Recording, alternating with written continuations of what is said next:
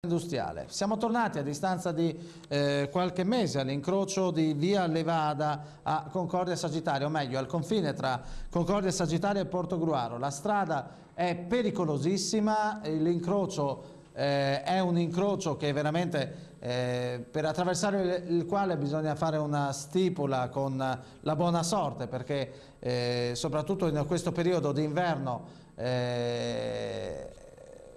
caratterizzato dalla presenza di ghiaccio, e abbiamo notato in presa diretta come molti automobilisti siano indisciplinati. Può partire il servizio.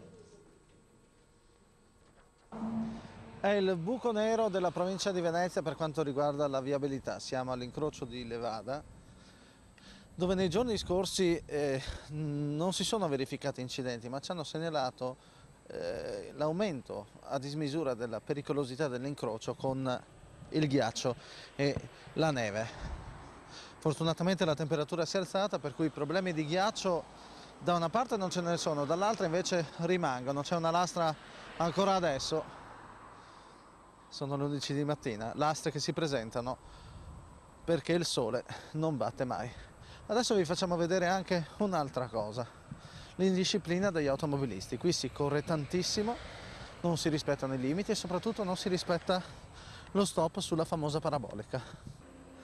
Eccoli qua, non ha rispettato lo stop, non ha rispettato lo stop ed è già il secondo. Ecco, guardate la signora in bicicletta come fa ad attraversare in sicurezza l'incrocio. È impossibile, uno deve rischiare per forza. Guardate. Siamo in presa diretta, ecco qui, guardate la difficoltà. Spazio libero si può andare. Non c'è alcuna protezione per i velocipedi sull'incrocio maledetto. C'è tutta una serie di componenti che fa sì che ogni mese si verifichino almeno 4-5 incidenti sull'incrocio di Levada. È ora di cominciare a lavorare. E ve lo diciamo mentre l'ennesima macchina non rispetta lo stop. Grazie.